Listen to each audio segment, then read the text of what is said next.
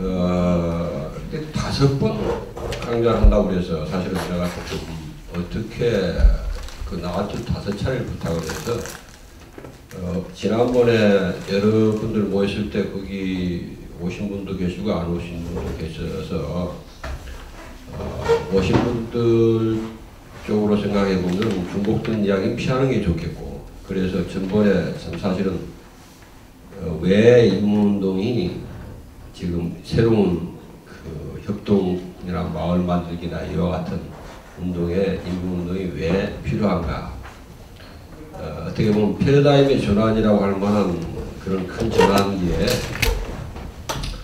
인문운동이라는 게 뭔가 이 이야기를 주로 했어요.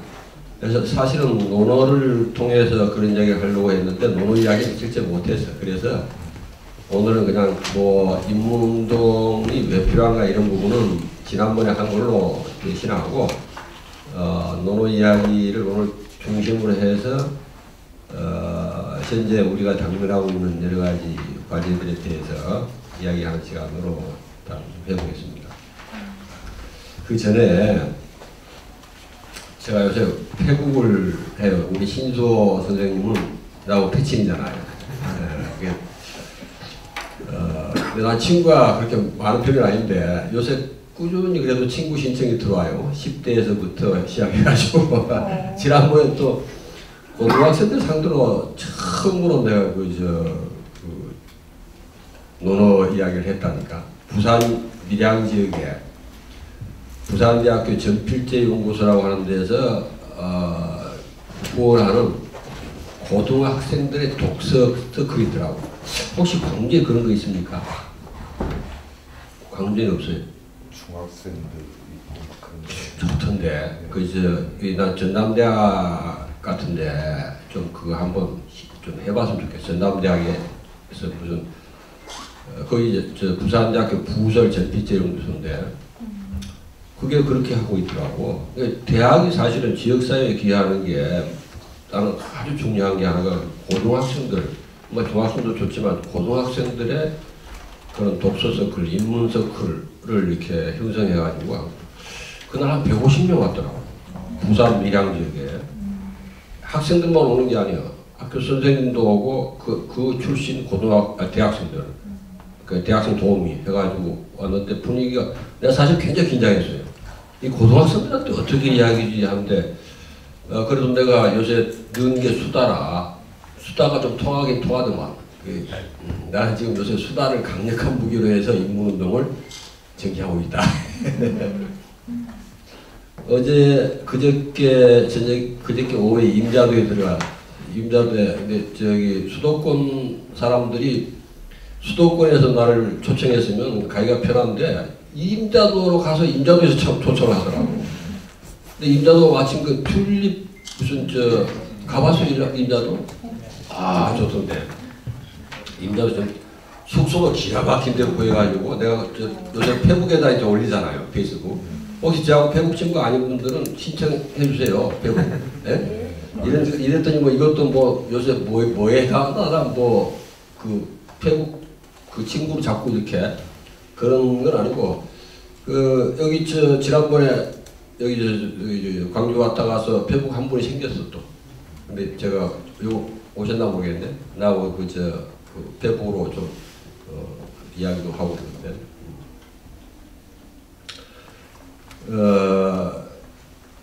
그날 저녁에 또 끝나고 나서 이제 이렇게 광주에 오면 내가 운전을 해야 되니까 안심이 돼요. 술을 안 먹게 돼. 근데 거기에 1박을 하잖아. 1박은 또 그 분위기가 얼마나 좋아. 막 그냥 거기까지 내가 혼자 또 차를 몰고 가서 피곤한데 한 2시간 이상 또 이야기를 하고 나서 이제 술을 마시기 시작하니까 또 거기 임자도 사는 사람이 뭐 좀 아주 회거리를 좋은 거 장만해가지고 술을 하는 거야. 그렇게 되면 술을 안 마실 수가 없잖아요. 내가 아직 한때는 건강이 안 좋아서 술을 못 마셨는데 술 마시다 보면 옛날 습관이 나와요. 옛날 습관이 나와가지고 옛날 습관은 다른 게 아닙니다. 저는 그 최후까지 남는 사람이에요. 근데 이제 그걸 안 해야 되는데 내년에 내가 70이니까 이제는 뭐 그 젊은 사람들 술 마시게 하고 나 먼저 빠져도 아무도. 근데 이게 묘하게 한 번 습관이 붙을 거는 누가 나를 나무라고 하는 사람 하나도 없어. 근데 또 끝까지 앉아 있는 거야. 올해 지금 나이가 어떻게 되세요? 나이라고 할 게 없어요? 네. 동생이 막둥이 팬에 들어갑니다. 동생이요? 형님보다 동생이죠. 아, 형님보다 동생. 이제 그래 알았어.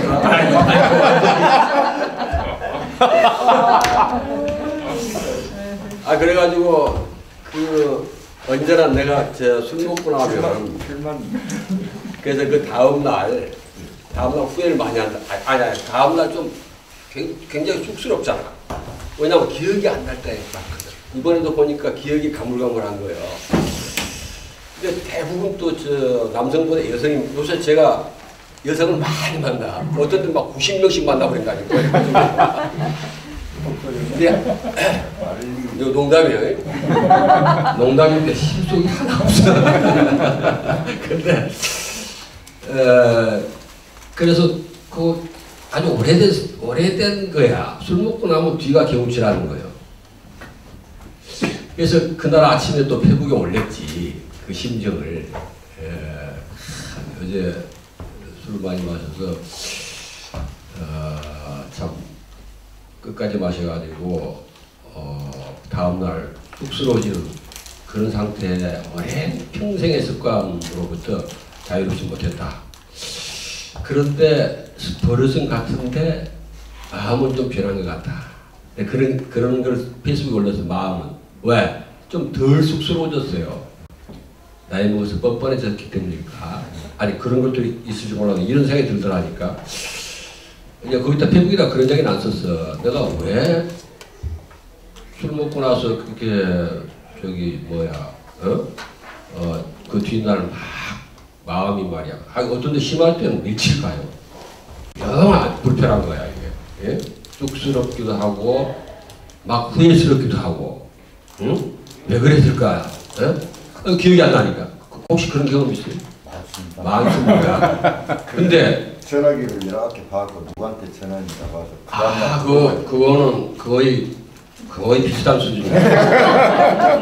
나는 근데 요새 전화기 다 찍히니까 옛날에 이 찍히지 않을 땐 진짜 누구한테 할지 모르지. 나는 근데 이런 경험이 있어요 혹시? 새벽 2시쯤에 전화해 본 거.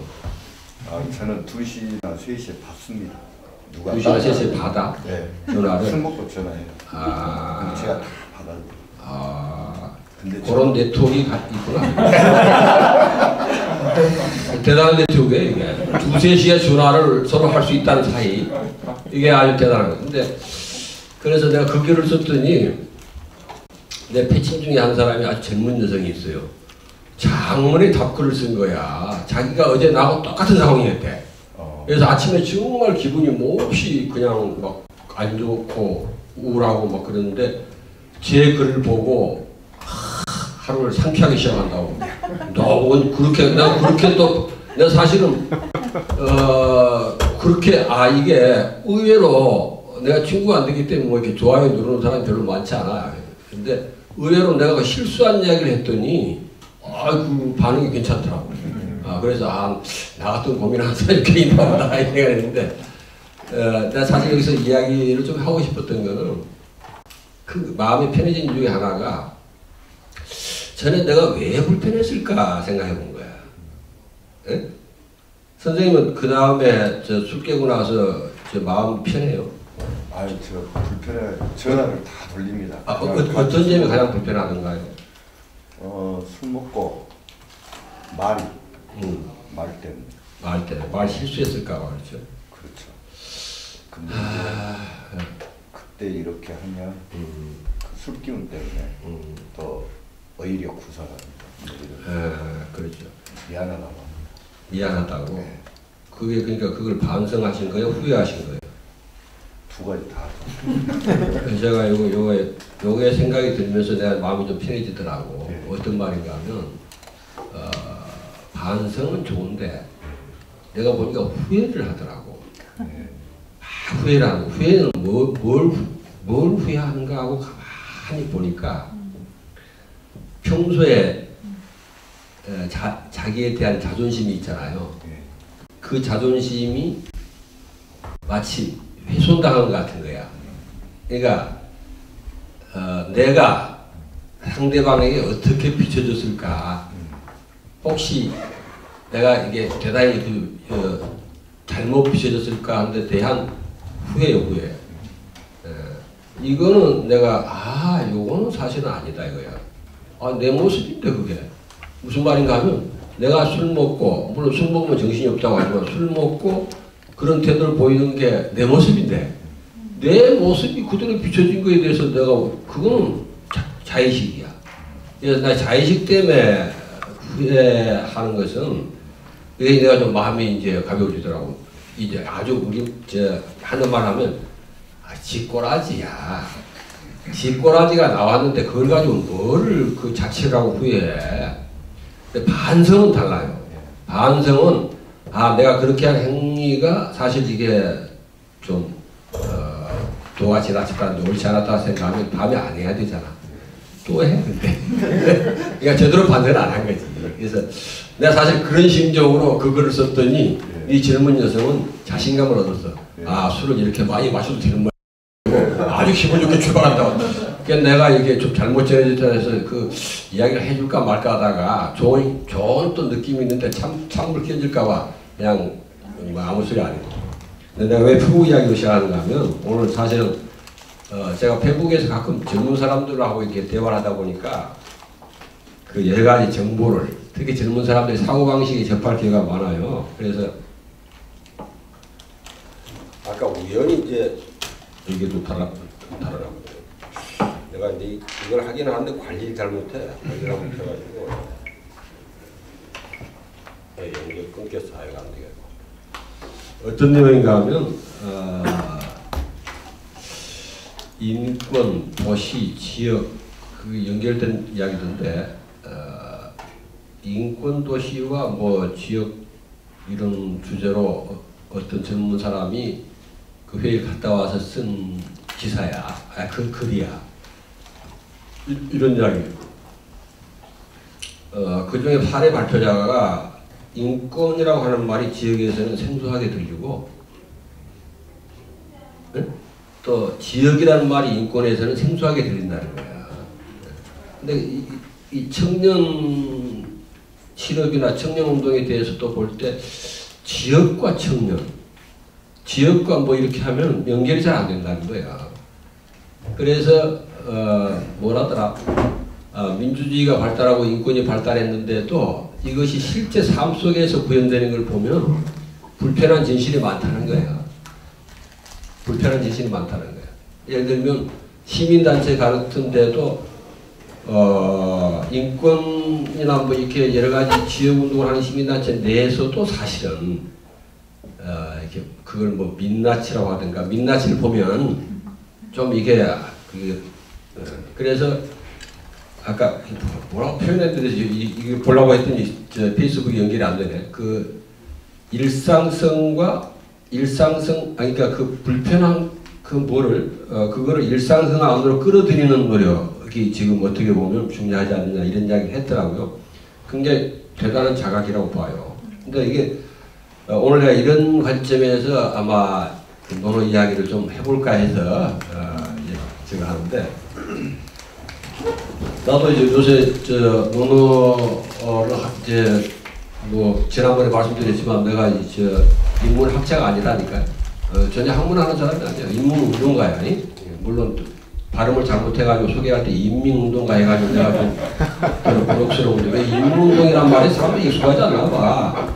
지난번에 여기서 소개하라고 내가 나는 어떻게 소개하라고 했어요. 인문운동가다 이렇게 나 요새 당당하게 이야기하거든요. 좋잖아요.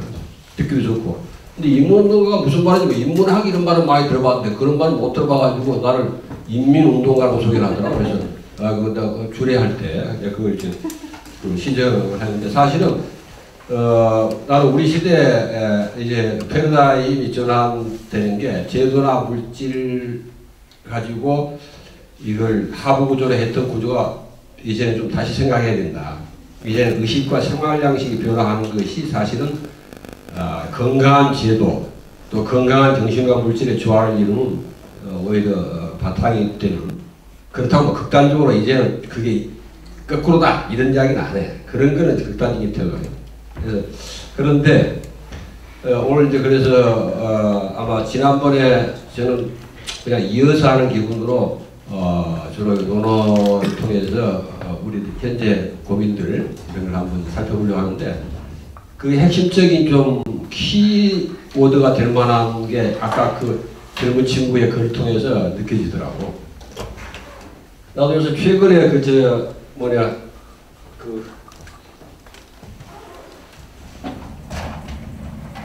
논어를 도구로 해서 여러 차례 이야기를 하다 보니까 읽을 때마다 이렇게 새롭게 보이는 게 있어요.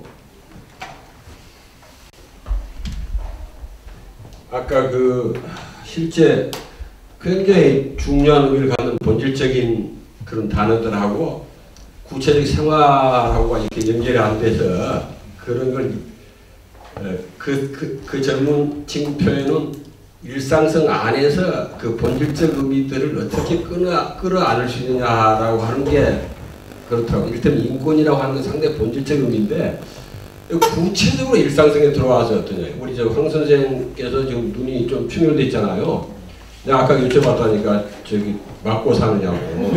근데 맞고 살면은 저렇게 충혈되지는 않을 것 같아요. 약간 위가 좀 검풀고 해야 되는데, 그래서 혹시 맞더라도 약한 여자한테 맞은 게 아니냐 이런 생각이 들었는데, 이게 예를 들어서 집 안에서 인권 문제야. 가정 안에서 인권 문제라니까. 또 시민단체 같은 데도 혹시나 또 이 리더가 권위주의적 사고를 하는 사람이 있을 수 있어요. 트라우마 센터에도 그렇게 있을 수 있다 이거예요. 딱 생각나는 또는 사람 없어요? 내가 말할 때. 저도 먹고 살아야 돼요.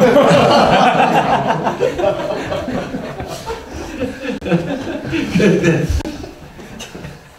그걸 끌어안아야 된다는 거야. 이 친구도 진보의 민낯이라고 하는 표현을 했더라고. 진보 진영을 딱 들여다보면, 민낯을 보면, 정말, 요즘 사실 일어나고 있는 여러 가지 현상들이 그 민낯이, 낱낱이 드러나고 있다고 하는 거야. 난 좋다고 봐. 민낯이 드러나야 돼. 그래야 뭐, 전부 화장한 얼굴, 포장한 거 가지고 보다가 언젠가 결정적일 때 민낯이 드러나게 돼 있지. 요새 민낯이 드러나는 거예요. 그거는 동시에 새로운 패러다임에 대한 이제 그런 전환에 대해서 진짜 진지하게 생각하는 사람들은 진지하게 생각할 것이고, 안 그러면 떨어져 나갈 거야. 예? 그러니까 어떤 의미로든 이제 좀 민낯이 드러나야 되는데, 그거를 논해 보면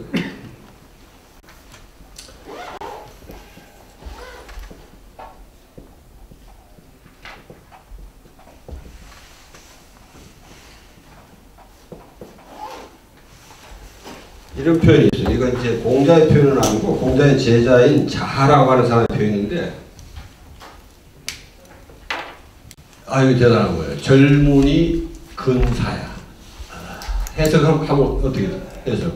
어디 한문 좀 저기 아시는 분 한번. 절이 뭐야? 절자가 어떤 절자지 이게? 아니절. 간절하다. 간절하다. 묻는 거, 문자 묻는 거잖아. 간절히 묻되 그는 가까울 근자잖아. 가까운 데서 생각해라. 이게 내가 지난번에 논어 책 쓸 때도 이 문장 인용해서 썼는데, 그때도 제가 했지만, 이번에 내가 요새 전주에는 일주일에 한 번씩 어떤 여성단체하고 같이 논어를 통해서 사실은 세상 이야기를 하고 있어요. 내가 논어 공부하는 게 아니라 논어를 통해서 세상 이야기하고. 그러다 보니까 이걸 같이 이야기하는데 그날 또 새롭게 다가오더라고. 이게 젊은이 근사야. 이걸 아까 보통 해석하는 들은 간절하게 묻되 가까운 곳에서 생각한다. 근데 이거를 다른 표현을 하면 본질을 묻되 구체적으로 탐구한다. 이게 중요해요. 실제로 이게 본질하고 구체적인 일상성이 따로 떨어져 있는 경우가 많아. 요새 그래서 학교 교육에 대해서 이야기할 때 그 자하고 자유라는 공자의 제자들이 서로 문답을 해. 자유라고 하는 사람이 뭐 자하라는 사람이든가 누구 서로 비판하면서 저기 제자들은 뭐 물 뿌리고 응대하고 청소하는 건 제법 잘하지만 본질에 대해서 약하다. 그렇게 하니까 이 자하라는 사람이 그 잘못하는 것이다. 이렇게 이야기해. 근데 우리 그 사람은 그 사람에 따라서 적절하게 해야지. 근데 우리 교육은 어때? 우리 교육은 그 물 뿌리고 응대하고 사람하고 사귀는 거 가르치는데 잘하고 있나요? 소위 말해서 지역적이라고 저 자유가 비판했던 그런 거 잘하고 있나 지금? 전혀 잘 못하고 있잖아. 공부만. 애들 전혀 그런 본질적인 건 잘 가르치고 있나? 본질은 가르치더라고. 무슨 문제의 대상이 돼 있어? 본질적인 게. 논술고사의 대상이 돼 있어. 예? 그러니까 본질이 자기 마음속에 살아있다는 거야? 살아있지 않아. 그 자체도 시험 문제의 대상이 돼 있다니까. 사실 우리 교육은 두 가지 다가 지금, 그래서 요새 뭐 이제 인성교육이 뭐 이렇게 이야기하고 있지만 사실은 이 두 가지가 다 긍정적인 대답을 하기 어려운 상황이에요. 내가 요새 그 정규조 선생님들하고도 저 대화를 할 기회가 많아서 우리 교육에 대해서 이렇게 여러 가지 좀 생각들을 나누고 있는데 진짜 중요합니다 이게. 근데 그거에 대한 가장 그 좋은 답변이 난 젊은이 근사다. 본질을 묻되 구체적으로 탐구한다. 다 되는 거예요.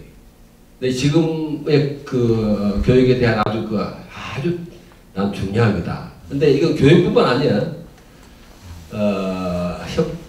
아까 협동조합하는데 싸우고 오셨다는 분이 그게 이제 사실은 싸우는 게 중요합니다. 싸우는 걸 통해, 이게 싸움은 일어나게 되겠어요. 앞으로 협동조합을 새롭게, 지금 하시는 분들 계시지만, 새로운 새로운 협동조합법에 입각한, 그런 협동조합들이 많이 생길 거예요. 그분은 오늘 안 오셨죠?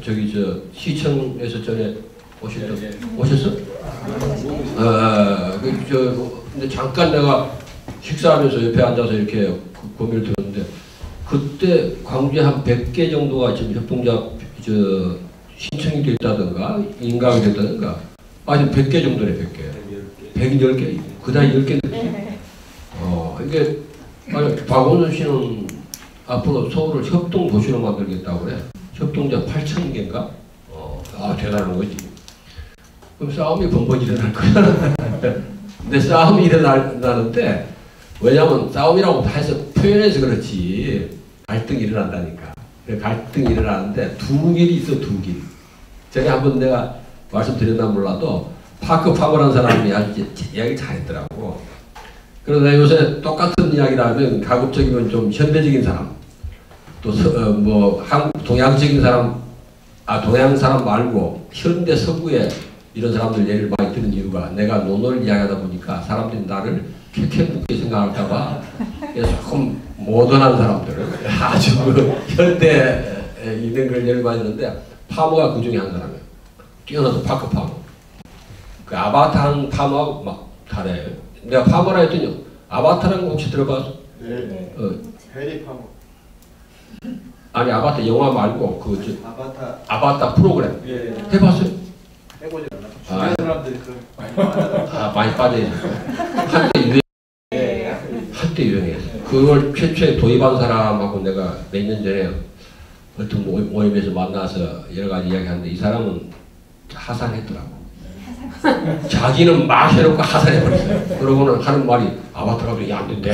그래서 내가, 그럼 그 후에 아바타 한 사람들은 뭐가 돼? 사실은 고전, 이 공자나 석가나 예수가 가지고 있는 가치하고 좀 달라. 요새 마음 프로그램 이런 부분들이 자칫하면 유행을 타, 그것도. 그러니까 내가 그런 이야기 했다니까.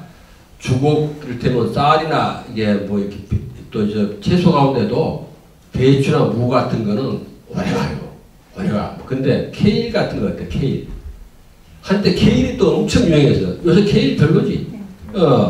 이게 우리가 사실은 고전의 바탕을 둔다고 하는 거는 배추나 무 같은 걸 한다는 거예요. 예? 기본 추곡. 예?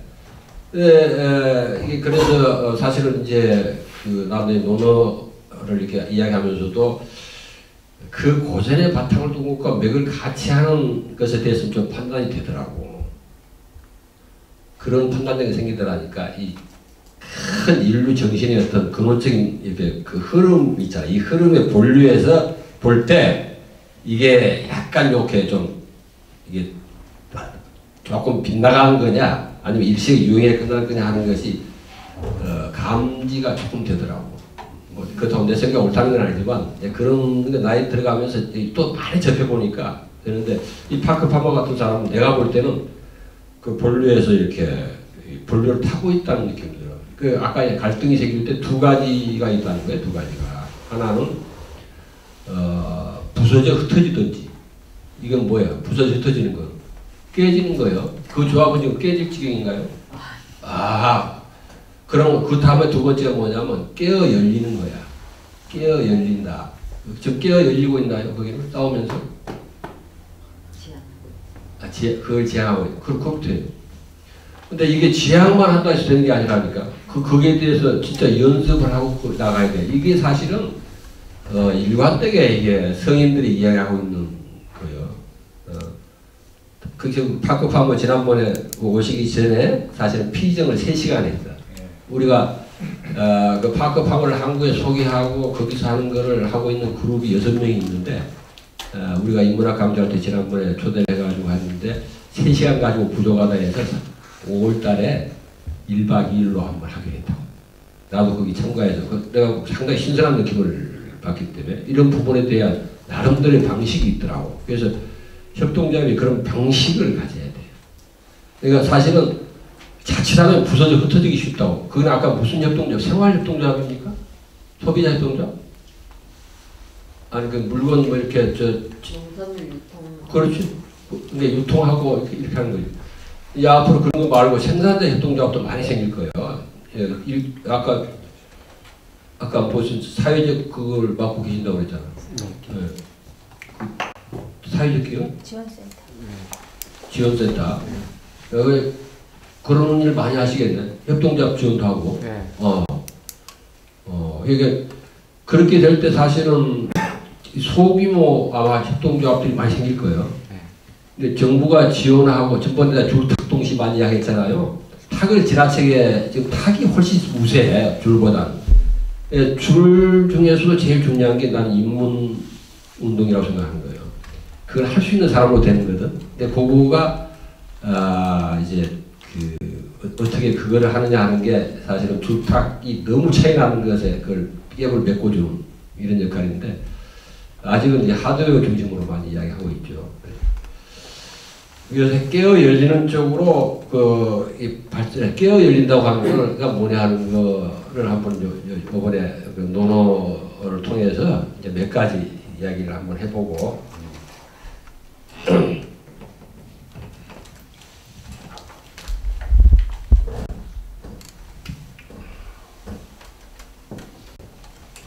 사람들이 사실은 그 인생의 목적이랄까? 인생의 목적이 뭐예요?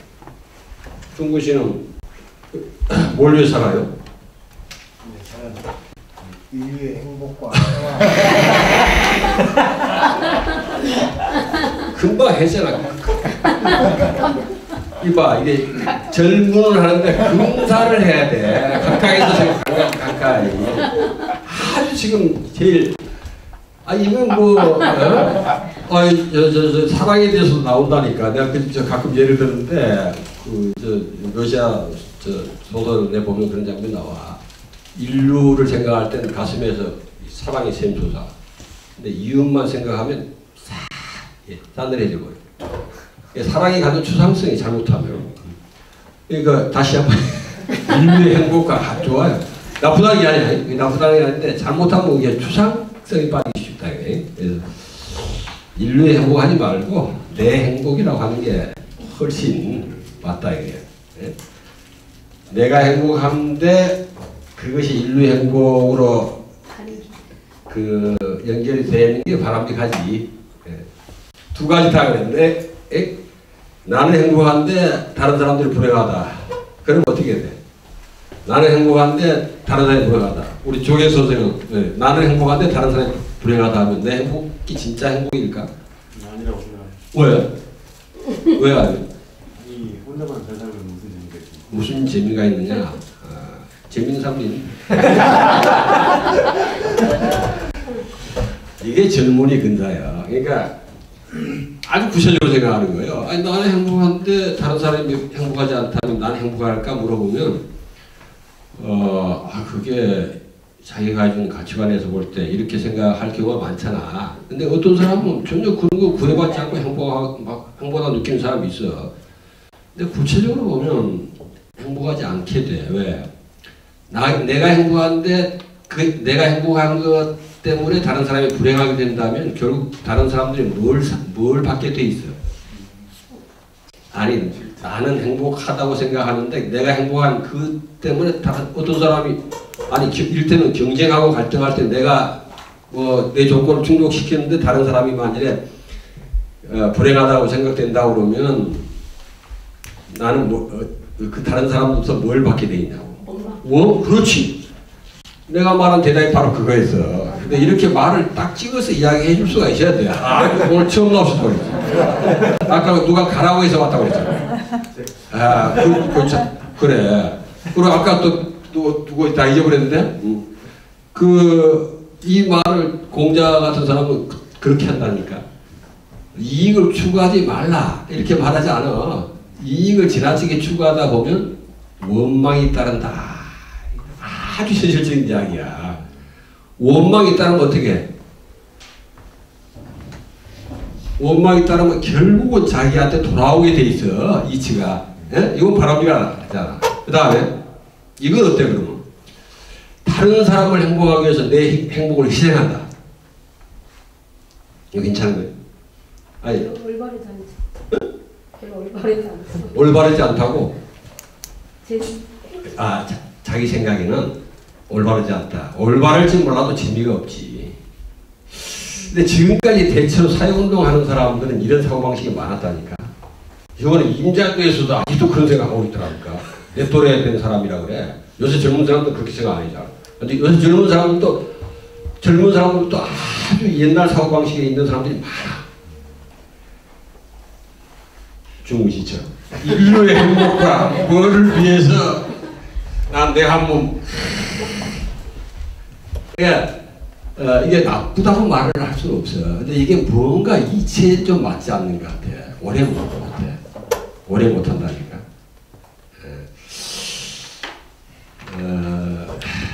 오래 하려면 결국 인류의 행복하고 내 행복이 하나로 이어지는 걸 해야 돼. 이것이 내가 가끔 옛날에 그런 이야기를 한 적이 있어. 혁명운동, 내가 혁명운동 했던 사람인데 지금도 나는 속으로는 혁명운동 하고 있다고 생각해. 난 지금 인문운동이 사실은 혁명운동이요. 근데 아주 달라진 게 있다니까. 전에는 내가 젊어서 혁명운동 할 때 정말 그랬어. 난 사실 연애 한 번도 제대로 못한 사람이야. 난 그때 조국과 인민과 결혼하라고 생각했거든. 대단하지. 뭘 봐. 그리고 행복이란 말을 들으면 닭살이 돋았다니까. 아니 지금 이렇게 조국이 분단돼 있고 인민이 황폐한데 행복이 행복이란 말을 아예 내 앞에서 꺼냈다가 그는 귀싸대기 맞고 그랬다고 후배들은. 근데 사실은 내가 이제 한참 하다 보니까 이게 좀 내 스스로가 고갈되더라고. 자기가 고갈되는 운동을 하면 어떻게 돼?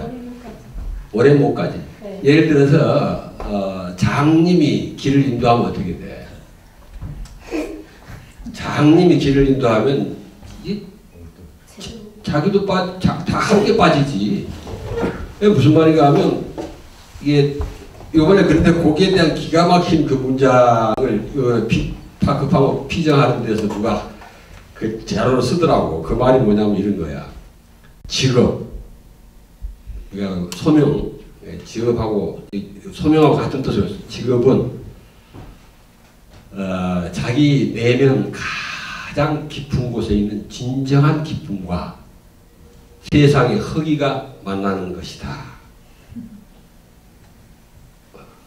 이야기 한번 들은 거 한번 그대로 한번 해보실래요? 내가 앞에 앉긴 잘못했어요. 앞에 좀 자. 근사에 맞지 않은. 지금 내가 한번 자기 내면, 자기 가장 깊은 내면 속에 있는 진정한 기쁨과 세상의 허기, 세상의 깊은 허기가 만나는 것이 직업이다, 소명이다. 저것도 일반 직업에서는 이렇게 하기 힘들어. 근사가 아예 맞지 않지. 일반 직장에서 어떻게 뭐 이제 허기하고 만나지. 우선 자기 허기가 있잖아. 내가 배가 고프니까. 그 다음에 세상의 허기라 하면 다 허기가 많아. 지금 혁동운동도 세상의 허기가 만나는 거야. 어떤 허기? 경쟁에 지쳐 있어. 그리고 갈등, 대립하는 이 사회, 끊임없이 이렇게 뭔가 생존의 어떤 그런 경쟁에 내몰리고 있는 이런 세상의 허기로부터 새로운 세상을 찾아 나서는 거예요. 이 세상의 허기들이야. 저 철탑에 올라가 있는 고공농성하는 해고자나 노동자만이 허기가 아니야. 다 세상의 허기들은 사람마다 판단하는 게 달라요. 사실은 세상의 허기와 만나는데 뭐가 만나느냐가 중요하다니까. 내가 거기에 이번에 아주 말이 있다니까. 뭐라고 그랬어요?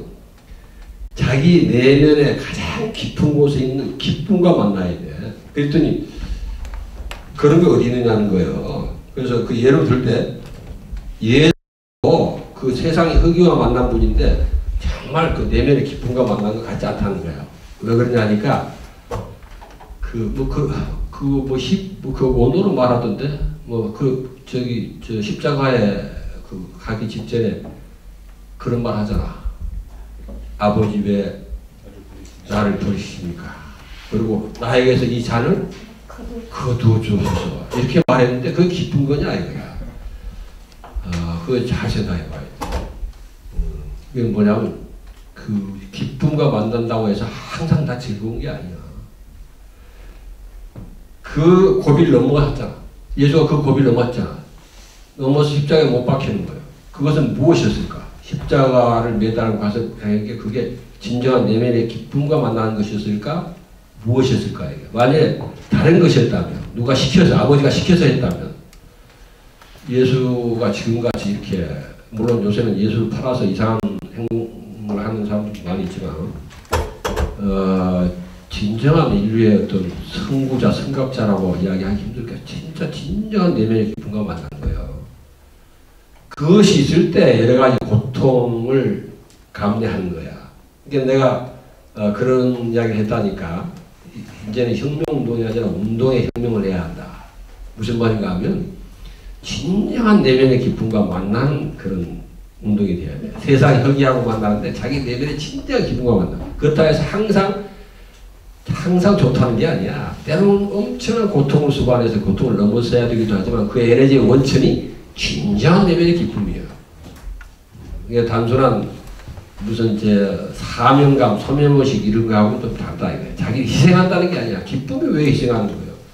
이 이야기도 사실은 공자가 그대로 해. 공자 사상에 내가 그런 것 때문에 사실은 공자가 현대에 가장 높이란다고 보고 있는데 그런 말 했다니까. 아는 것은 공자가 많이 아는 사람이지만 사실은 자기는 나중에 이야기하겠지만 아는 것은 뭐 하는 것만 못하고 좋아하는 것만 못해. 좋아하는 거 뭐 하는 것만 못하다. 즐기는 것만 못하다. 사실은 공자의 모든 우리가 보통 딱딱한 도덕권 군자로 생각하는 사람이 많아. 공자하면 떠올리는 상이 뭐냐니까 아주 즐겁고 유쾌한 사람이 아니면 딱딱하고 좀 근엄한 사람처럼 보여. 딱딱하고 근엄한 사람, 물론 근엄한 면은 있지. 하지만 실제로는 대단히 온화하고 유쾌하고 즐거운 사람이야. 그러니까 공자가 즐겁고 유쾌하고 온화한 사람이라고 하는 그 세계를 모르면 나는 그 공자를 아무리 공부를 많이 하고 뭘 해도 제대로 하는 사람이 아니라고. 요게 껍질을 벗겨놓은 안면이야. 지난번에 내가 그 고등학생한테 그걸 물어봤지. 그런 말을 들어봤느냐 해도 들어봤대. 누가 했느냐? 박근혜 대통령이 했다는 거야. 취임사에서 했거든 그 말을. 근데 사실 굉장히 난 박근혜 대통령 기대 많이 하고 있어. 그런 이야기를 하는 거 보니까 상당히 인문에 대해서도 관심이 있는 것 같고 해서 이제 한번 또 한번 초대를 해보지 그래요. 그 화요일에서. 재밌을 것 같은데 박근혜 대통령을 인문학 그걸로 초대를 하는 거야. 사람이 어떻게 살아야 되는지에 대해서 재밌을 것 같은데 광주에서 아니 대통령을 무슨 정치 이런 문제가 아니고 그때 나도 같이 불러줘. 나도 한번 사귀어보게. 근데 사실은 이제 우리가 지금 절실하게 무너지는 게 있어. 행복하기 위해서는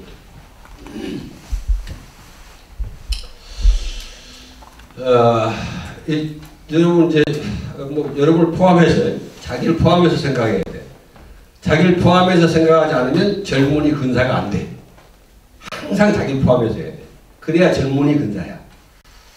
그러니까 보통 하면 전부 객관화시켜서 자기를 포함시키지 않고 생각을 해버려. 그러니까 어떻게 돼? 겉돌아.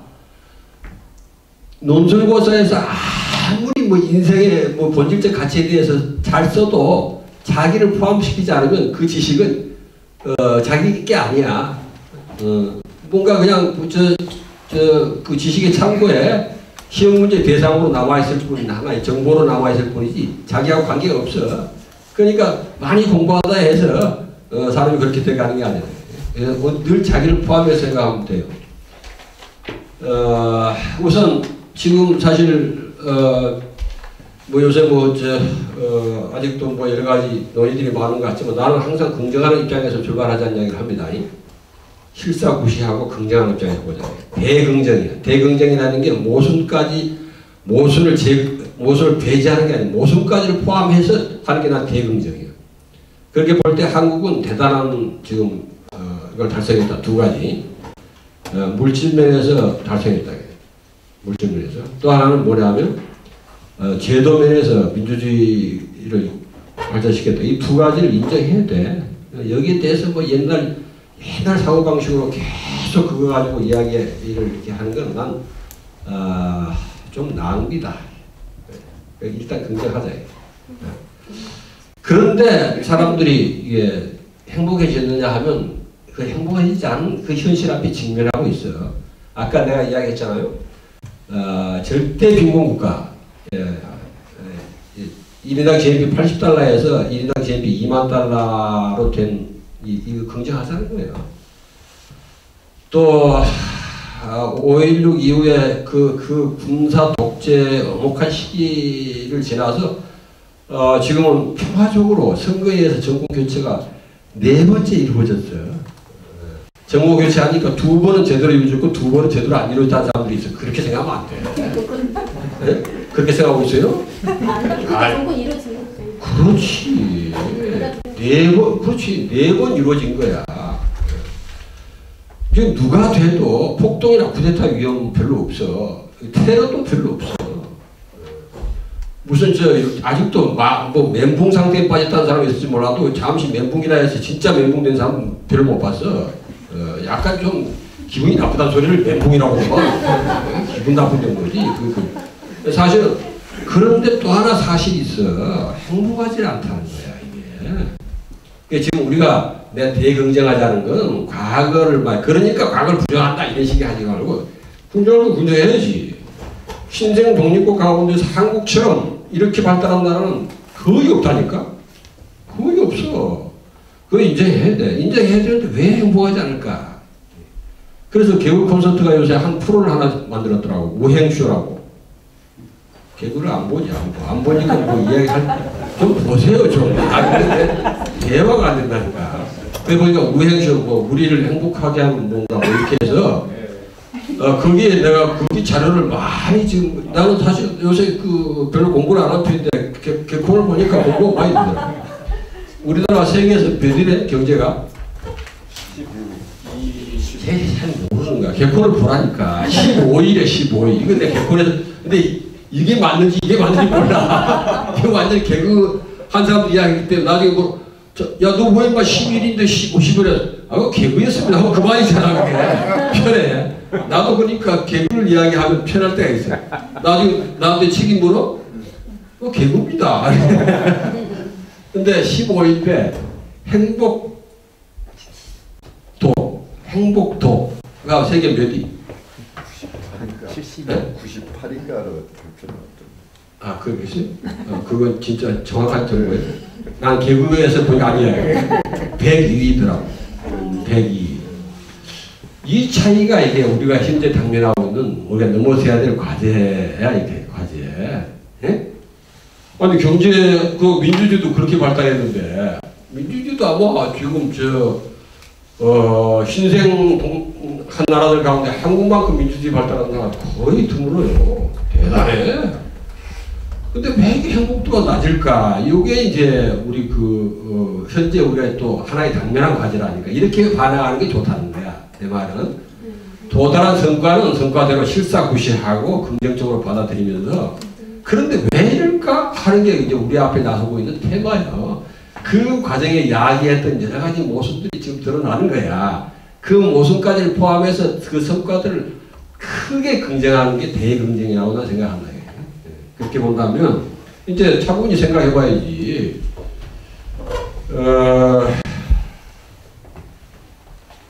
단적으로 말하면 이제 배고픈 사람은 별로 없어요.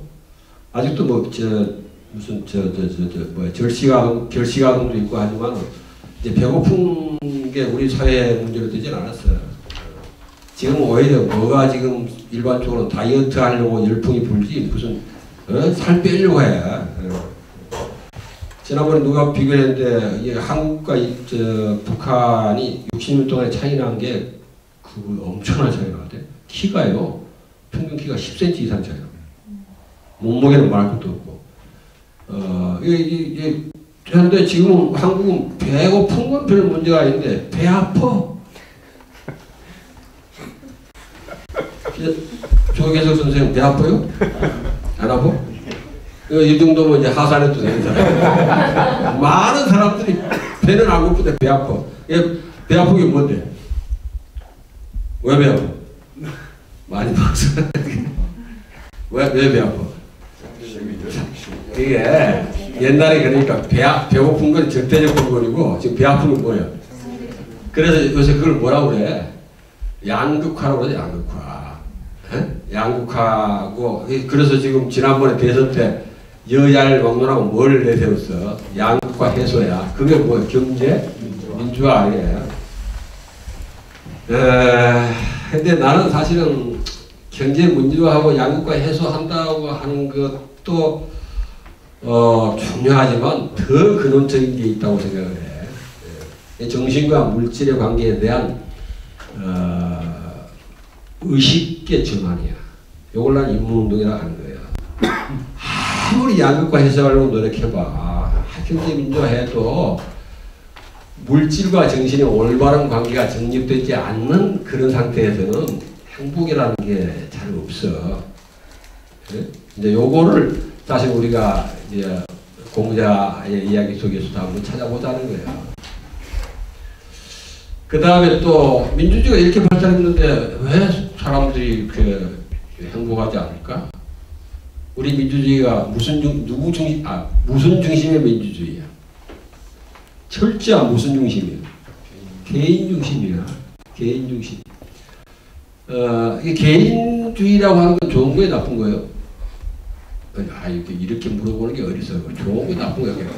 개인주의는 어때? 나쁜 말은 아니지. 지금 사실은 인류는 개성이 해방되는 과정에 있어. 아직도 개성을 해방시키는 과정이 흐름이 돼 있어. 이 흐름하고 자본주의가 보편화되는 맞물려 있어. 사회주의는 실패했어? 실패했지. 왜 실패해? 그 흐름하고 달라. 개인을 해방시키는 인류식의 그 흐름하고 달라. 사회주의가 성공하려면 개인주의를 넘어선 사람들이 출현해야 돼. 이해가 됩니까? 근데 개인주의를 넘어선 사람들은 그럼 과거에 봉건적인 사람들이요? 잘못 생각하면 그렇게 생각해. 옛날에 이민줬던 그 시절 이게 착각이야. 엄청난 착각이야. 그러니까 흔히 사람들이 그러지. 옛날에 인심이 좋았는데 그 시절 인심은 좋았을지 몰라도 그때 해결해야 될 과제, 근본적인 과제가 많아. 가부장제도, 그 다음에 집단주의, 그리고 군주 제도에 의한 어떤 또 신분 제도에 의한 수탈, 이게 다 바탕이 돼 있잖아. 그러니까 그런 속에서 이 민중끼리 사이 좋았던 세계라고 하는 게 존재했다면 했어. 그 해체돼야 돼. 뭐가 해체해야 돼? 그런 집단의 지배로부터 개인의 자유를 위해서 바뀌어야 돼. 그게 소위 근대화고 그게 민주화야. 하다 보니까 그것만 없어지고 그럼 인심 좋은 그거 남아있으면 좋잖아. 그렇게 돼? 안 돼. 함께 해체돼. 그래서 개인주의를 넘어선다는 게 과거로 돌아간다는 이야기가 아니야. 그래서 뭔가 이제 그런 이를테면 사회주의가 성공하려고 했으면 그런 인간이 출현해야 돼. 예? 개인이 중심이 돼서 막 자기 그 이윤 동기를 위해서 또 막 생존 경쟁에서 살아남으려고 하다 보니까 자본주의 생산력이 높아지잖아. 우리 조계수 선생도 지금 큰 회사 다니잖아요. 직장이 어때요? 직장이 분위기가 어떠냐고. 사람들 사이에 인정이 우정이 흘러넘치는 분위기입니까? 너 남의 회사 이야기 해가지고 여기도 아까 나도 먹고 살아야 된다고 이야기했는데 내가 이야기 참 조심해야 돼. 난 요새 또 이게 이야기를 함부로 하는 경향이 있더라고. 그러니까 또 듣는 사람은 또 그게 너무 어려운 질문이 돼버려. 근데 그래도 이야기해봐. 그렇게 하려고 노력하고 있어요. 대단히 좋은 회사야. 아니 왜냐면 다들 나이들이 한 이제 50 다 되다 보니까 항상 하는 얘기가 그 가족보다도 더 오랫동안 살아왔고 앞으로도 더 오래 살 건데 저기까지 가거든요. 우리가 서로 아웅다웅하지 말자는데 물론 내부적으로 갈등들은 많죠. 경쟁도 하고. 좋아요. 아주 그렇게 돼야 돼. 직장도. 앞으로 직장 나 그렇게 기업이 진화하리라고 보는 사람이야. 기업도 그렇게 진화해야 돼. 근데 지난번에 직장의 신이라고 하는 드라마. 내가 맨날 텔레비전 보는 내가 진짜 드라마를 안 봐. 근데 저 식당에서 밥 먹다 보니까 그 장면이 탁 나오더라니까. 거기 주인공 나오는 여자가 누구예요? 별로 안 봐. 이게 김혜수 나와서 이런 얘기를 하더라고. 무슨 점이다. 그 장면 보고 넘어가. 직장은 우정을 나누는 곳이 아니라 뭘 나누는 곳이다. 안 봤지? 우정을 나누는 곳이 아니라 생존을 나누는 곳이라는 거예요. 근데 나중에 아마 내가 틀림없이 그런 지금 다 안 봤는데 나중에 아마 이렇게 바뀔 것 같아. 해피엔드로. 직장이 뭘 나누는 곳이고. 그럴 것 같아. 이건 사실은 나는 기업이 그렇게 진화하려고 보는 사람인데 지금 현재 보면 그렇지 않다니까. 근데 사실은 지금 현재 자본주의 생산력을 유지하는 것은 그 싫어한다기보다도 불편하잖아. 경쟁이 어때요? 경쟁해보면 어떤 상태, 마음의 상태가 어떠냐고. 아니, 경쟁이 즐거움을 가져다 주는 경우도 있나? 있지. 어떨 때? 경쟁이 즐거움을 가져다 줄 때도 있잖아. 어떤 때? 이겼을 때. 이겼을 때인데 그게 오래 가? 아니야. 경쟁은 어떻게 보면 그게 자본주의가 지금 생산력은 최대로 발전시켰어. 먼 미래까지 없어. 난 금세기 말이면 새로운 세상에 도래할 거라고 난 확실하고 지난번에 이야기했잖아. 금세기 말은 분명히 와. 개구가 아니야. 진짜 오는데 그때 자본주의를 이렇게 뒤돌아볼 때 아마 가장 큰 거였다면 지금은 온갖 여러 가지 그냥 모순 덩어리를 함께 안고 있지만은 생산력이 굉장히 발전했어요. 요거는 사실 굉장히 큰 거야. 요거는 일단 긍정하고 거기서 발생하는 문제들을 어떻게 해결할 것인가 이렇게 해야 돼. 그러니까 이게 문제가 많으니까 그 자체 막 부정해 버린다니까. 내가 아까 대긍정이라는 말의 뜻을 이해가 돼요? 잘못하면 이게 나쁘니까 하고 그 자체까지 막 다 차라리 태어나지 않았어야 될 존재 이렇게 돼버린다고. 이 세상에 태어나지 않았어야 될 존재는 없어. 그래서 그 사실은 그런 어떤 경쟁을 넘어설 수 있는 그런 사람들이 출연했어야 되는데 그게 안 됐다. 결국은 지금은 민주주의가 고도로 발달했지만 개인주의의 바탕을 두기 때문에 어떤 사회? 차갑다니까. 차가운 사회예요. 한번 생각해 보세요. 사람들과 사람들의 관계가 차갑다고. 민주주의 고도로 발달했지만. 요새 이제 아주 복지국가 있잖아요. 선진 복지국가. 네? 이런 복지국가들에 대해서 사람들이 갔다 와서는 지금 뭐 우리가 제일 그래도 따라가고 싶은 나라들이 어떤 나라예요? 세계 다른 나라 안 가봤어요? 모르겠어요. 그래도 막 뭐 저거 듣잖아. 어디 어느 나라? 지금 뭐 일본 정도만. 일본을 예로 드는 경우는 참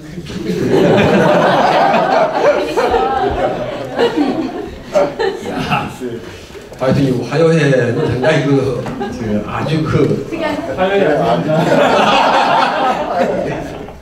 자네 화요회에서 숙청당하는 뭐 이 스웨덴이나 구브라파 이야기하잖아.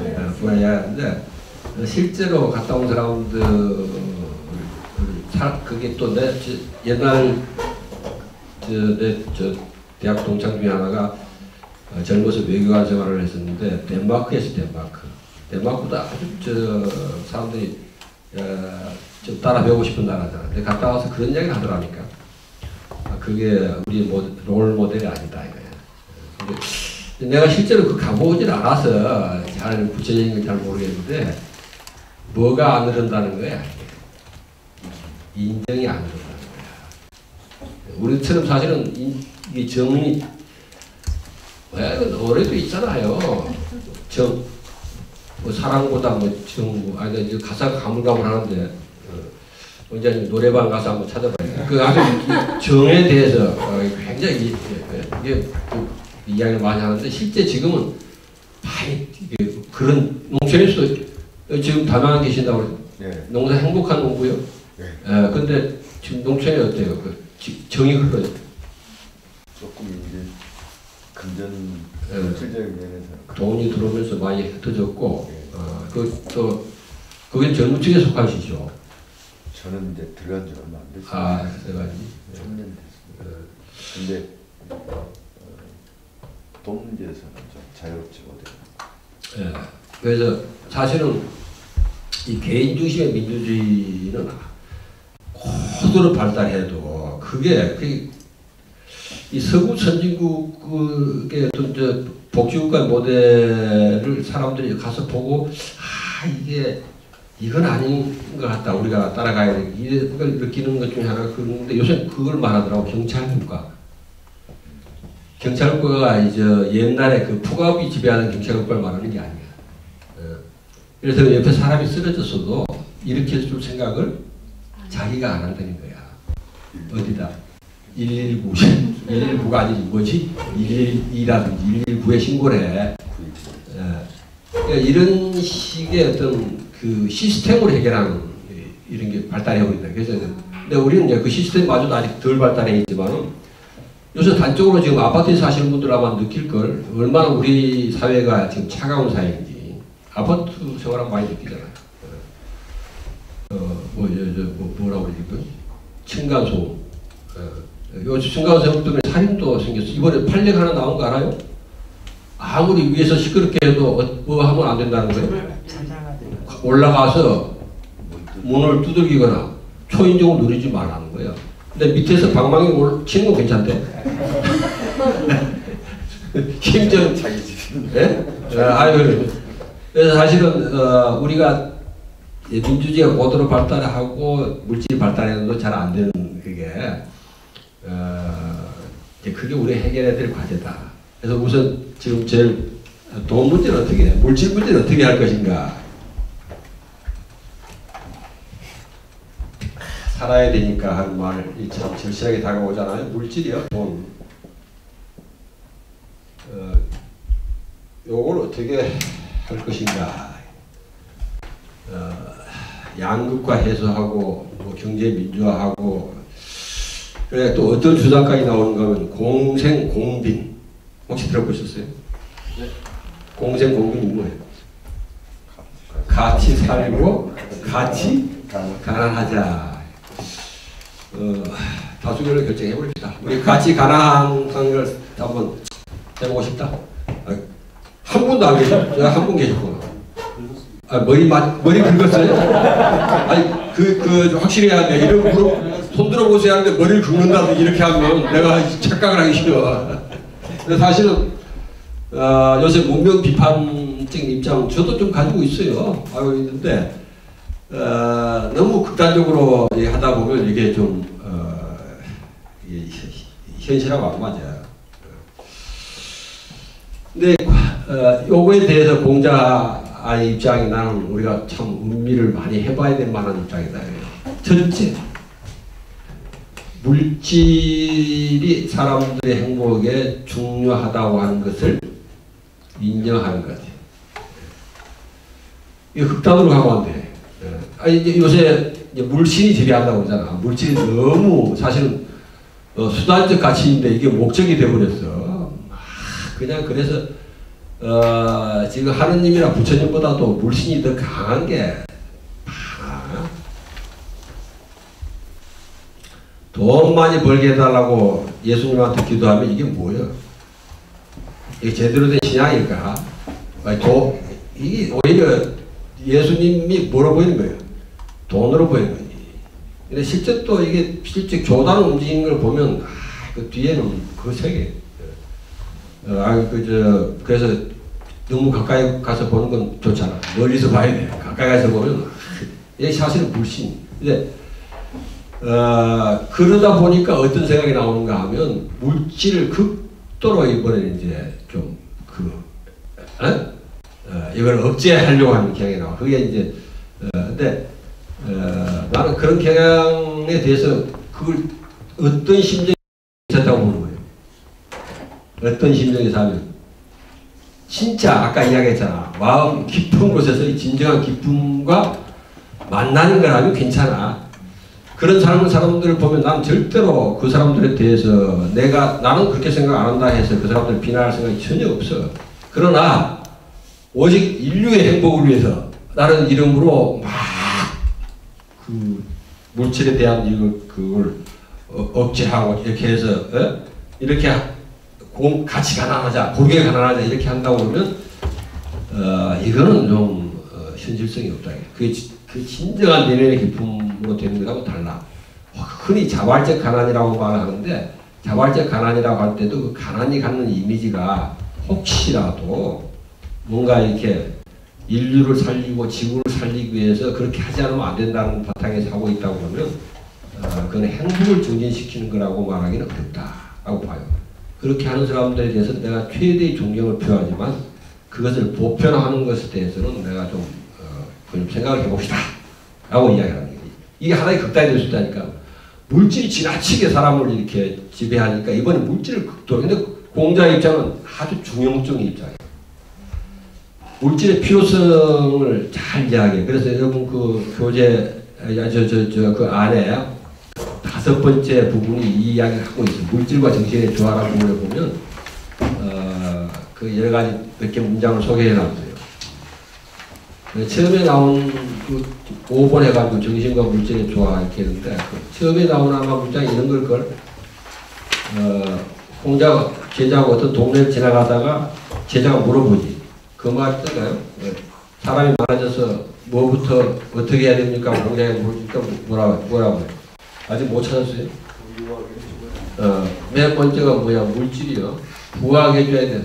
다시 말해서 어떻게 해? 먹고 살게 해줘야 된다는 거예요. 그 다음에 어떻게 할 거냐 물어보고. 그 다음 뭐라고 그랬어요? 네? 그 다음에 교야, 교. 교라는 건 뭐예요? 가르친다는 건 무슨 이야기예요? 정신이에요, 정신. 정신적 가치예요. 그러니까 이 물질이 사람들의 행복의 필요 조건이라고 하는 것을 굉장히 이야기해요. 그다음에 전혀 부에 대해서 거부하는 게 없어. 부를 이렇게 부정하거나 그렇게 하지 않아.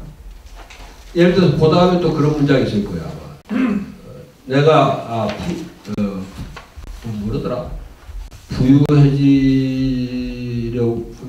내가 부유해지고 싶다면, 내가 부유해진다면 뭐라도 하겠다. 거기 아무 그런 문제 없어요? 내가 부유해진다면 뭐라도 하겠다. 마부라도 하겠다. 요새로 말하면 마부가 뭘까? 요새로 하면 드라이버. 작은 마차는 택시 드라이버, 큰 마차는 버스 드라이버. 근데 기차 같은 게 상당해야 돼. 그거는 무슨 마차? 긴 마차도 있었는데. 사륜 마차. 쌍두마차?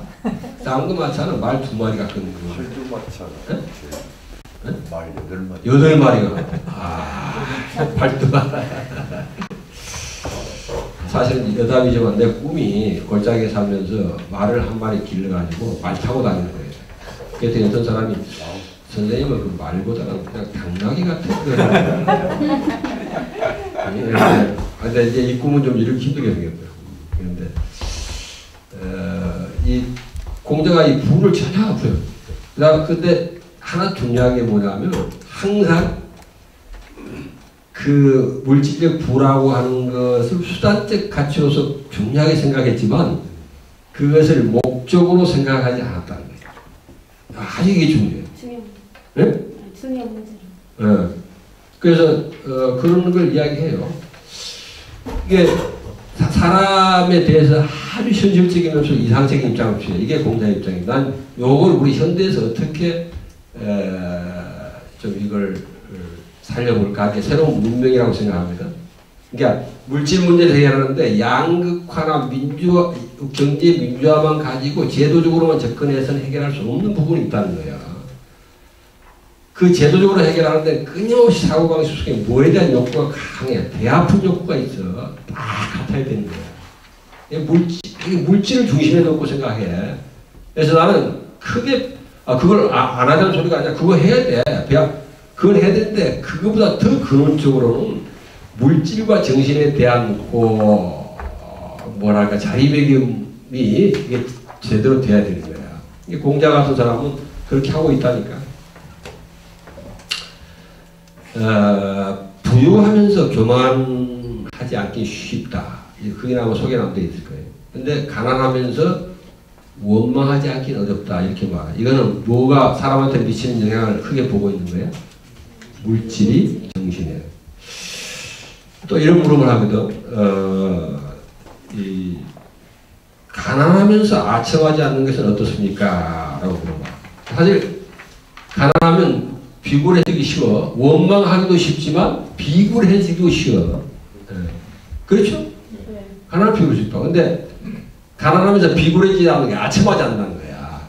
하면 어떻습니까? 그러니까 제가 물어보니까 그거 대단히 좋지. 그러나 이것만은 못해 라고 얘기하는 게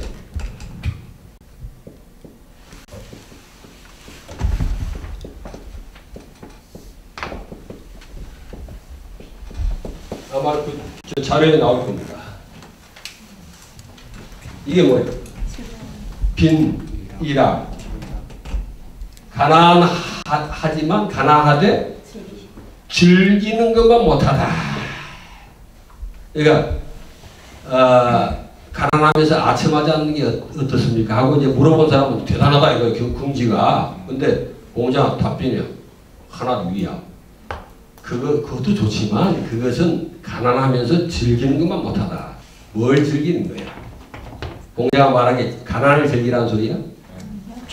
이게 중요하다니까. 공자가 절대 가난을 즐기는 사람이 아니야.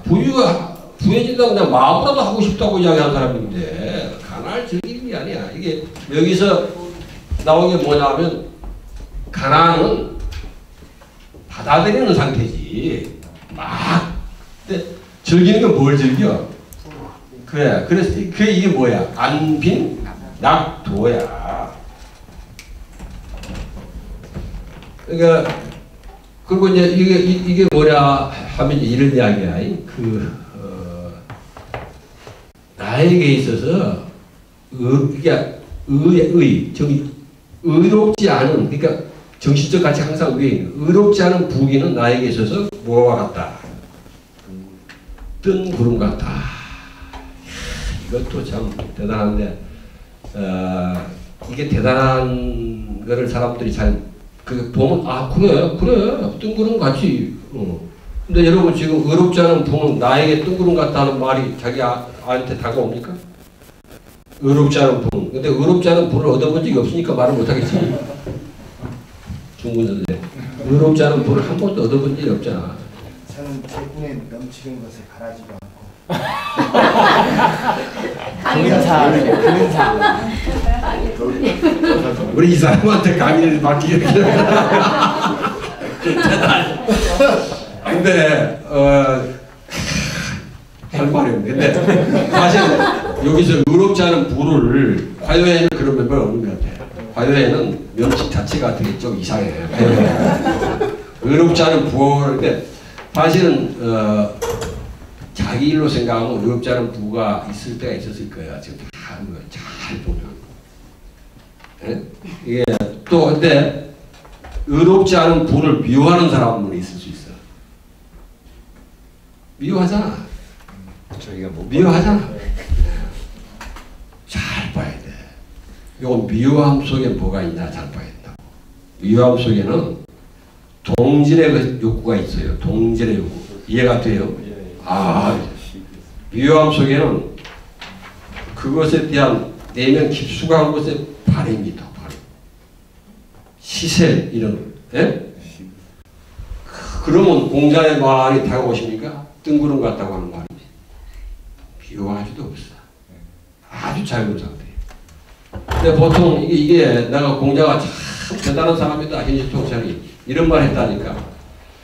불인, 인하지 않은 것을 불인이라고 하잖아. 불인을 미워하는 거는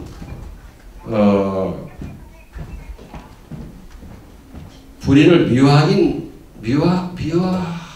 거는 좋아. 불인을 미워하는 사람은 뭐 그런 대로. 근데 불인을 미워하면서 불인에 물들지 않기가 어렵다. 대단한 말이에요. 네? 아니 저기 새로운 이사장님이잖아. 시어머니 모시고 사세요? 아니면 본인이 시어머니요? 아직은 아니지. 시어머니는 안 모셨어. 근데 요새는 저 고부간에 별로 혹시 저 고부간에 같이 살아본 적이 있어요? 지금도? 돌아가셨어. 실제 옛날에는 이 고부간에 지금도 좀 심한 편이죠. 굉장히 어려워. 근데 아주 심한 시어머니 밑에서 단련된 며느리가 그러면 그 자기 며느리한테는 어떻게 하나? 잘하나? 더 심하게. 그러니까 그 시어머니한테 얼마나 그 하는 거를 미워했을까 시어머니는. 근데 그러면서도 뭘 시어머니 자기도 모르게 닮아. 더 많이 배우고. 반 독재 운동 하잖아. 독재 반대하는 사람들이 나중에 보면 독선적인 성격이 몸에 배이는 경우가 있어. 신경하세요. 아까 우리 저 불편한 진실 이야기하는 게 그런 이야기를 하는 거야. 그 청년이 시민단체에 가도 인권 뭐 다 하는데 그 내부의 상황을 보면 민낯이 보기 민망하다 이거야. 이해가 돼요. 사실 공자 일찍 그러니까 사실 앞으로 운동은 불인을 미워하는 것이 아니라 인을 사랑하는 운동이 돼야 돼. 그게 뭐가 다르냐? 달라요. 근데 그 이야기 중간에 불인을 미워하는데 그 불인에 물들지 않기가 어렵다 그랬어. 미워하는 사람이. 미워하는 속에서는 잘 보면 동질의 욕망이 있다 이거예요. 다 부자를 막 공격을 하잖아. 부자. 그 미워하는 속에는 그 부에 대한 시세, 부러움 이런 게 있어. 뜬구름 같다. 이게 높은 상태예요.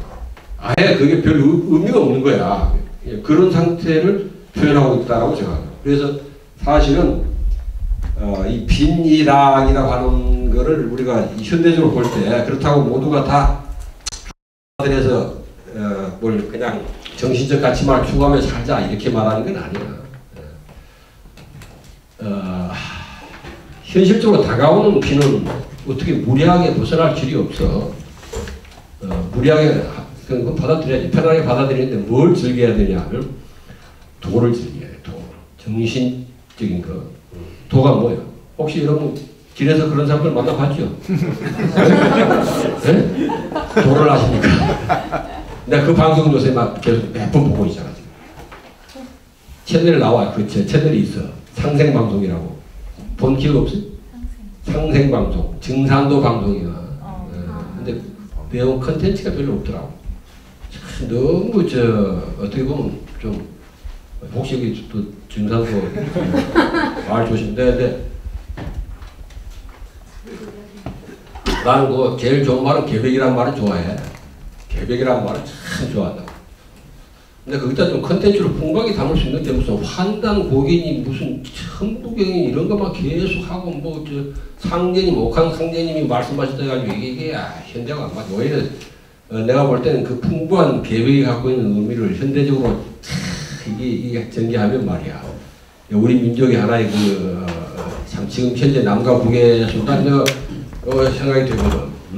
남북의 대립을 벗어나서 뭔가 새로운 운명을 꿈꿀 수 있는 말이야. 그거 있는데 계속 무슨 환단 고기나 자꾸 말이야. 뭐 화려했던 옛날 지구는 한국을 위해서 태어났고 뭐 이렇게 이야기하고 있으면 이게 좀 듣기가 좀 그렇더라고. 컨텐츠가 좀 있으면 좋겠는데 한 말씀 무슨 이야기 한다. 나 이게 옆으로 빠지는 게 요새 아주 습관이 돼가지고 지금. 도. 네? 도. 도. 도를 즐기고. 근데 도가 뭐예요? 이제 이거야. 정신적, 예술적, 영적 가치요. 뭐가 더 좋아? 이게 욕구가 커지면 이것에 욕구가 도를 즐기는 거예요. 이 욕구가 커지면 물질 욕구는 자연스럽게 감소해. 예? 자연스럽게 감소한다니까. 예를 들어서 야 지구를 위해서 인류의 행복을 위해서 우리가 참고 견디면서 내핍생활 하자 했을 때는 내면의 자유가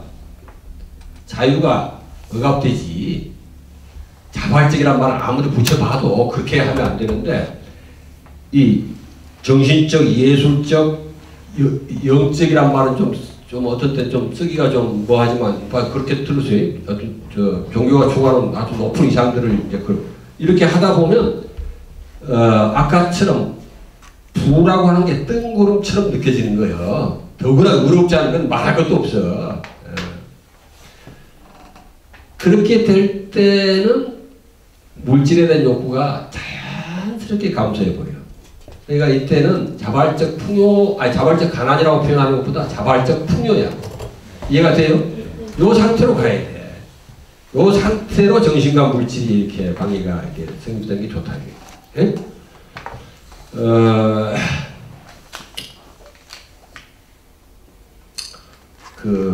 누구나 지난번에 미국 그 국무장관 여자 힐러리 그 남편이 클린턴이 대통령 됐을 때 힐러리가 그러니까 우리나라로 말하면 영부인이잖아. 영부인이 세계에서 지금 행복도가 높은 나라 중에 어떤 나라가 꼽히는가 하면 아주 가난한 나라인데 행복도 높은 부탄이 가난합니까?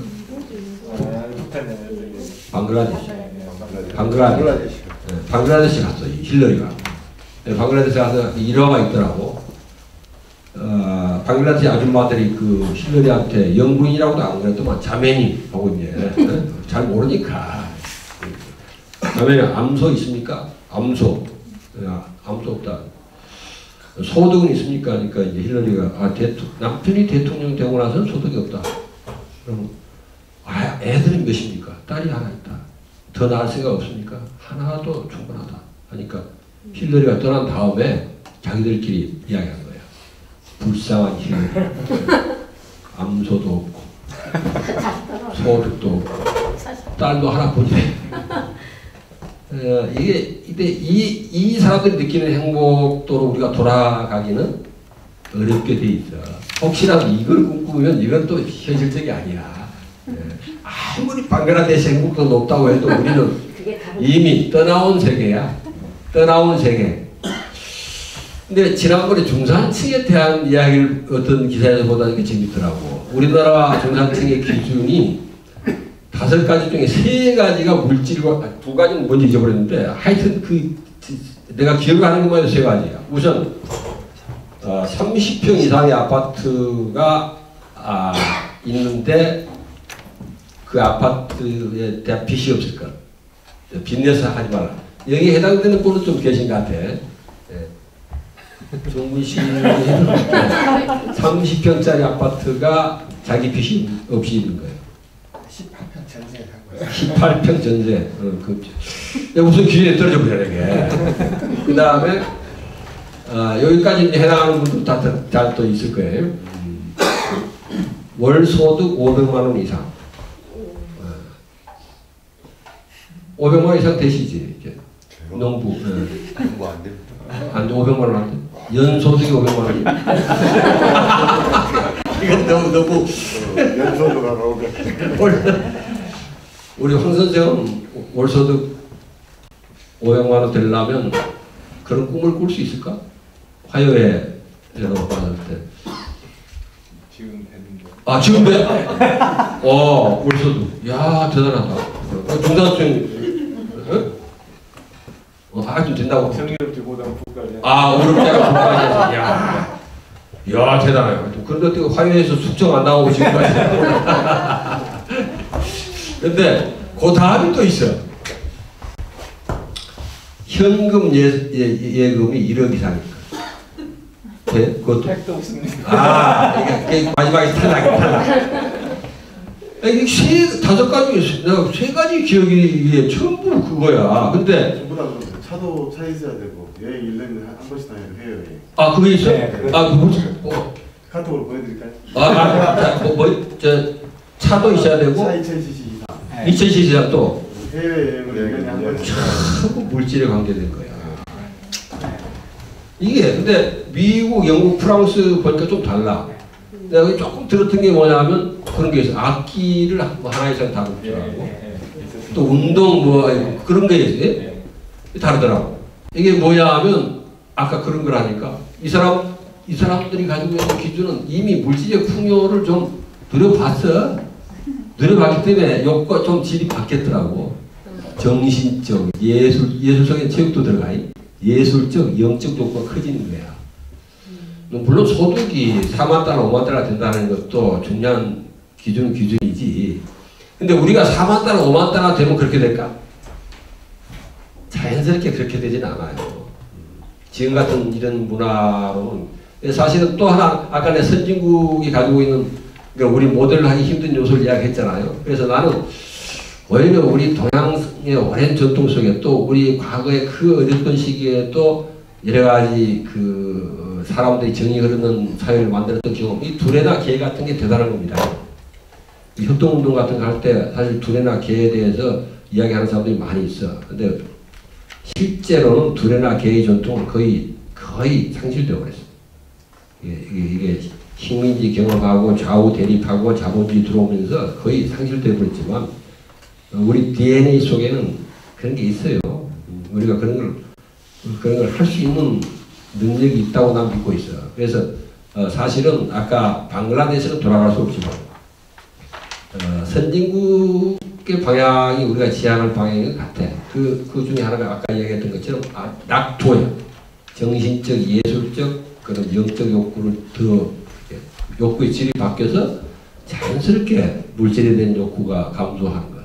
그래서 정신과 물질의 제대로 된 조화가 이루어지는 것. 이것이 아마 돈, 물질에 대한 문제를 해결하는 그런 바탕이 되지 않을까. 그런 생각을 해요. 그런데 하다 보니까 시간이 어떻게 돼요? 여기 9시까지는 빼줘야 되지, 장소를. 네? 9시까지? 9시까지. 네, 그러니까 오늘은 그럼 요 하나만 이야기. 다음에 그러면 2가지를 논을 통해서 하는 거. 다음에 2가지를 이야기해도 그게 뭐냐면 지금 하는 건 예고편이요. 어떻게 하면 아까 이야기했던 것처럼 이 사람들 간의 대립과 반목 이런 것이 없어져야 될까? 이게 행복의 중요한 것. 실제로 여러분들이 느낄 때 행복해지려면 물질만 해결돼서 행복해지는 게 아니라 사람과의 관계가 사이가 좋아야 돼. 예? 아까 이제 뭐 실제 여러분들 뭐 직장 생활이든 가정 생활이든 이런 데서 어떻게 하면 사이가 좋아질 수 있을까? 사람과 사이가 이게 어떤 대립하고 반목하는 것으로부터 벗어날 수 있을까에 대해서 우리가 응답하지 않으면 안 돼요. 행복을 위해서.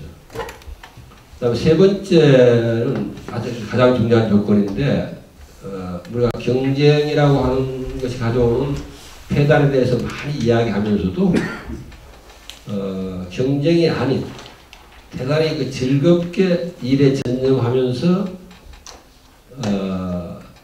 생산성을 내가 높게 하자는 말은 아니지만 적어도 생산성이 이렇게 떨어져 가지고 어떤 자기들이 추구하는 뭐 사업이면 사업, 협동조합 또는 뭐 여러 가지 일들이 이게 망해버리면 안 되잖아요.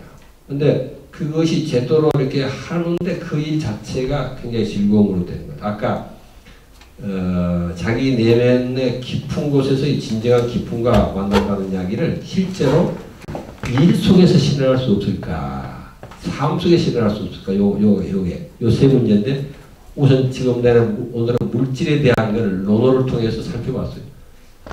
어느 극단이 아니라 정신과 물질의 조화인데 물질의 수단적 가치 그러면서도 항상 그 물질이 수단의 가치를 넘어서 가지고 이것이 목적이 되버린 이른바 물질의 지배라는 현상을 어떻게 벗어날 것인지에 대해서 극단적으로 물질을 배격하는 것도 하나의 극단이고 그래서 어떻게 하면 이 두 개를 조화시킬 수 있을까에 대해서 공자는 아주 2500년 전이지만 상당히 내가 볼 때는 잘 이야기하고 있다.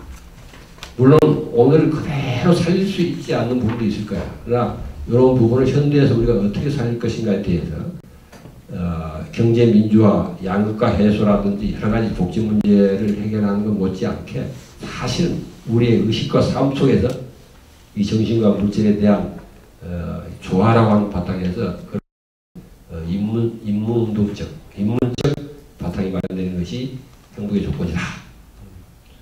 오늘은 뭐 이 문제 하나만 이야기하고요. 다음은 다음에 이야기할 게 딱 정해졌네. 두 가지. 사이 좀 이렇게 대립과 반목을 어떻게 벗어날 것인가. 어떻게 접근한다? 젊은이 근다. 그 본질을 묻되 구체적으로 아마 다음에 한번 구체적으로 한번 보자고. 세 번째는 어떻게 우리가 사는 삶과 일이 즐거움과 만날 수 있을까? 내면의 깊은 기쁨과 이 두 가지를 논어를 통해서 이야기하도록 하겠습니다. 저기 좀 한 가지만 좀 얘기해 주세요. 근데 저는 그 물질에 대한 수단적 가치라고 하는 게 현실 속에서는 저는 그 양적인 부분과 연관된 부분으로 우리가 사고하지 않으면 과연 사실 현실 속에서 어떻게 수단적 가치로 우리가 생각할 수 있을까라고 하는 부분이 좀 모호하지 않는가라는 생각이 좀 들거든요. 양적으로 생각하지 않으면 그러니까 물질이라고 하는 것은 양과 필연적으로 연관이 되어 있습니다. 그러면 이제 우리가 그 수단적 가치로 본다라고 하는 것이 양과 밀접한 연관을 가질 수밖에 없는 거예요. 그러면 이제 현실 속에서 그 경계가 대단히 모호해지지 않나. 모호해져. 그래서 이제 대단히 그걸 어떻게 우리 삶 속에서 할까? 구체적으로 이렇게 고민해야 될까요? 그렇죠.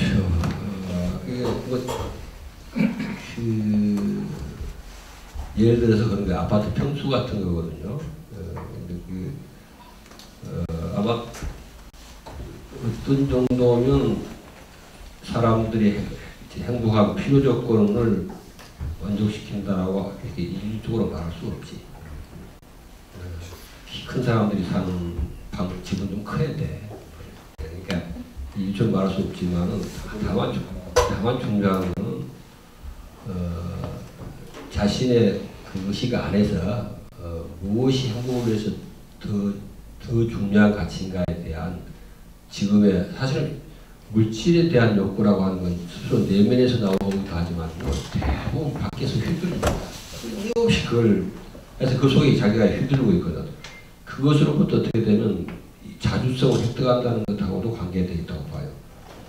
끊임없이 우리 문화가 그 물질을 양으로 해가지고 그 양에 의해서 이렇게 지배받게 하는 의식적, 무의식적. 광고가 제일 훌륭한 광고는 뭐냐면 무의식적으로 들어가는 거예요. 의식적으로 들어가는 건 반발이라도 하지. 근데 무의식적으로 들어가 버리는 거니 반발도 없이 자기가 그게 휘둘리는 것도 모르고 휘둘려. 그래서 그런 부분이지 않을까.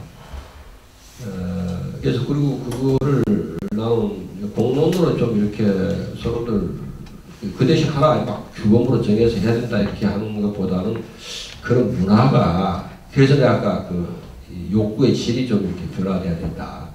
그리고 지금 우리가 좀 이야기할 수 있는 게 절대 빈곤한 나라에 가서 이런 이야기하면 아직 안 통해요. 방글라데시에서는 그런 문화가 있잖아. 근데 그 문화에서는 이미 우리 넘어와 버렸거든. 그 문화로 가자는 이야기는 안 돼. 그리고 실제로 아마 방글라데시가 개발을 시작하고 뭐 하기 시작하면 깨지게 돼 있을 거예요. 그 오래된 미래라고 하는 그 지방이 있잖아. 그죠? 라다크인가? 많이 바뀌었대. 사람들 들어가서 막, 그러니까 인도도 막 달라, 인도도 막, 하면 달라지는데, 하면 달라지니까 자본주의가 나쁘다, 이런 건 아니야. 그건 아까 이야기했던 것처럼 개성이 해방되는 과정이 어쩔 수 없이 따르는 작용이라고 봐지거든요. 근데 우리는 이미 상당한 단계를 통과했기 때문에, 우리는 이제 그런 이야기를 좀 할 수 있지 않을까 싶어요. 이걸 적어도 경제 민주화 추구하고 양극화 해소하는 건 이를테면 아파트 평수가 이렇게 어떤 구간에서 상당히 좀 뭔가 양적인 부분까지도 제도가 해결해 줄 수가 있지. 그러나 그것만 가지고 과연 본질적인 어떤 그런 행복에 되겠느냐 할 때는 역시 그렇지는 않은 것 같다. 그것도 중요하지만 중요하다는 것은 경제 민주화나 양극화 해소나 복지 이런 건 대부분 물질에 대한 배분에 대한 정치적, 정책적 접근이야. 그거 플러스. 그것보다도 지금 나는 아까 인문적 접근. 사람들이. 그것이 사실은 우리를 진정으로 새로운 사회, 새로운 문명으로 나가는 그 동력이 되지 않을까. 그런 바탕에 설 때라야 되지 않을까 이런 생각입니다. 실제로 협동운동에서도 내가 제일 주장하는 게, 주장한다기보다도 그런 이상이 나타나는 걸 내가 요새 협동조합 사람들하고 많이 만나는 이야기 하거든. 근데 시스템화 되면서는 오히려 그런 정신적인, 자기들이 하고 있는 정신적 가치에 대해서 의식하고 있는 부분이 약해진 부분이 있더라고. 예를 들어서 그런 거예요. 배추값이 비쌀 때도, 일반적으로 비쌀 때도 소비자들이 싸게 살 수 있어. 협동조합에서 보면. 그 다음에 배추값이 폭락했을 때도 생산자들한테 제값을 줘요. 이거는, 굉장히 중요한 의미를 가지고 있어요. 자본주의의 상품 경제, 상품 교환, 등가 교환을 넘어서는 거야. 주는 거야. 이게 옛날 내가 가라타니 보신 이야기 했지만, 앞으로 자본주의를 넘어선 사회는 어떤 사회냐 하면, 옛날 부족 사회에서는 기프트, 선물, 증여와 담례. 근데 이게 이제 몇 단계 거치면서 지금 자본주의 단계에서는 상품 교환이거든. 이걸 넘어선 다음 사회는 증여와 담례가 고차원적으로 회복된 사회일 거다라고 이야기하고 있어. 그 고차원적인 회복이 뭐냐 하면 등가 교환이나 상품 교환이 아니에요. 주는 거예요. 어제도 내가 저 임자도에서 그저께 전에 한참 그런 이야기를 같이 나눴는데 실제로 앞으로 인간의 의식이 좀 진화되면요. 지금 물질이 상당히 풍부해졌기 때문에 이제 주는 것만으로 성립하는 선물의 사회를 그려볼 수 있게 돼 있어. 중요한 건 물질의 양이 적은 게 아니라 이제 그 의식이 아직 그 옛날에 어려웠던 시절, 가난했던 시절의 의식이 아직 변하지 않았다고. 옛날에 성인들은 그 시대에도 다 그렇게 했어. 불교든 공자든 뭐 예수든 다 그래. 이 주는 것이란 표현도 있지만 난 풀어놓는단 말을 하고 싶은데 지금처럼 막 뭔가 자기 걸 확보해야만 생존이 확보되는 그런 시대로 생각하니까 지금 풀어놓으면 굉장히 풍성해져요. 기독교의 그 유명한 이야기 있잖아.